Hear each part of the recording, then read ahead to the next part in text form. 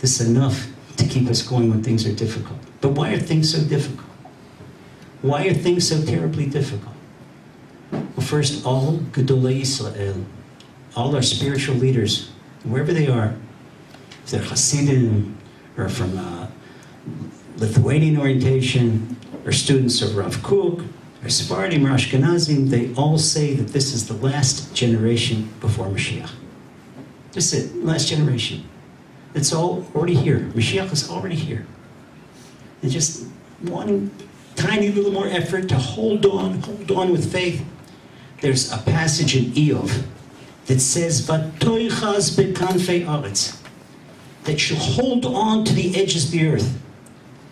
And the commentators of the Navi, they say, what does Eov mean? It means that at the end of time, right before Mashiach, the earth is going to be like a big blanket.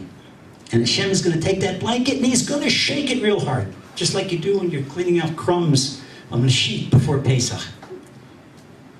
And the whole earth, Hashem's going to shake it hard. And only those that are holding on really, really tight, they're going to hold on. Other people are going to be shaken right off the earth. So what is the power? What gives us the power to hold on? That's Emunah. Emunah is the only way allows us to hold on, not our money. You can see what's happening with the money. Hashem is showing Liya Kesef V'Liyazav Num Hashem, that the money, the gold and the silver, it's mine.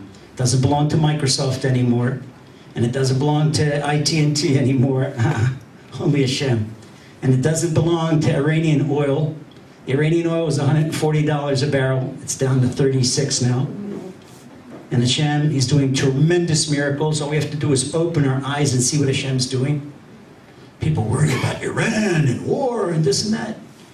I remember when we were little children and we were worried about the Russians. The Russians are coming. And Hashem took apart the USSR without firing a single shot.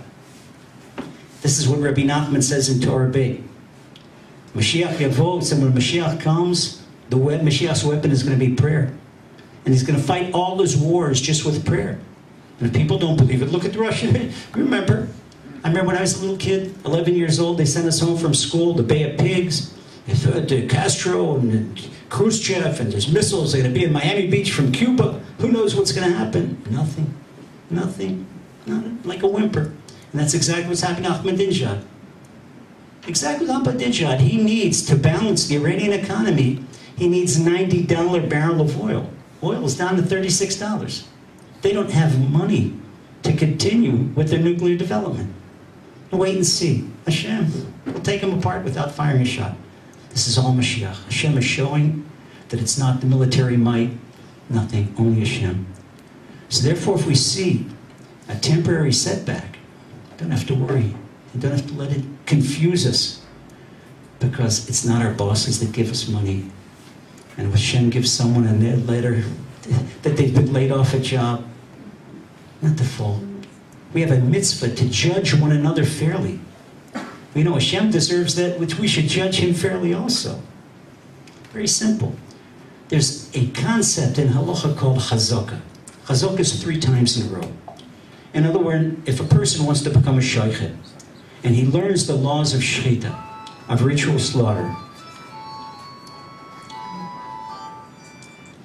and they test him practically, and he slaughters 3 chickens in a row, 3 kosher chickens in a row, and kosher slaughters. That's called Tlat Zimni Ratzifi in the Gemara. And he gets Kabbalah. He's a shaychet. Okay? 3 times in a row.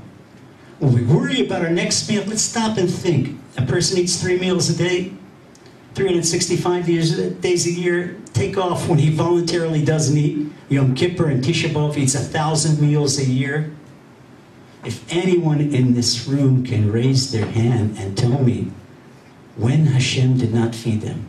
Not Yom Kippur when they volunteered the food, the refrigerator's full of food, but they just open the refrigerator. Look at Hashem's chazakah. If you're 30 years old, you've had 30,000 meals. Hashem has never failed to feed you.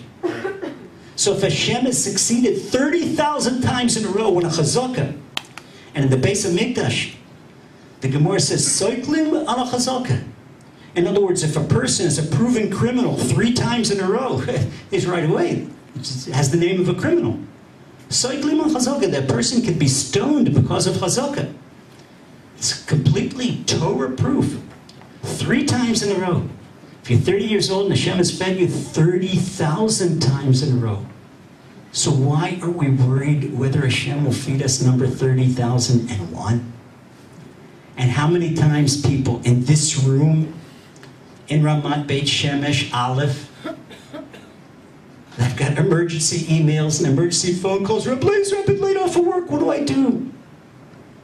And then a week or two later, get an email about a job with better pay and better conditions that they never dreamed of getting. So now let's look in retrospect. The seemingly bad that Hashem did, was it for the bad? We don't get up in the middle of a play at the halftime, or in the middle of a ball game in the halftime. We have to look at things from a whole perspective. Everything Hashem does for the best. So first we said that Hashem is creator and director of the world. Also, Hashem did, does, and will do everything. So there's really nothing to worry about because Hashem is driving the bus. Hashem is flying the plane. When you fly from here to New York, every 5 minutes, no, I'm tense. I'm stressed. I've got to go into the cockpit. Where's the pilot flying? Yeah, I want to see his flight plan. Who did he register his flight plan with? And where's the vector? Which airport? Are we hooked in Chicago or Cleveland? 31,000 feet, 29. What do you care? You sit back and you turn from channel to channel or movie to movie or book to book. Who cares what the pilot was, the altitude is? You know what the air pressure is in the starboard edge? Who cares? Why do we do the same thing with Hashem? Why do we worry about Hashem is flying the plane? We trust the pilot. We trust the Yagid bus driver. Even more. You got a few extra dollars. You go into the bank and you say to the person in charge of investments, invest in this stock. Wait a second, invest in some stock. Did you go and check and see if there's a company behind the stock? No, you trust the investor. Look at the things we trust. And Hashem we shouldn't trust. We should know, and we'll explain after our next song, why Hashem puts us in stress and why we necessarily need this stress to strengthen ourselves before Beit HaMikdash. We should know the third principle of Emunah is that Hashem does everything for a purpose. So as a review, this is really the first 2 chapters of the Garden of Emunah. Everything comes from Hashem. Number 1. Number 2, it's all for the best. And number 3, it's all for a purpose.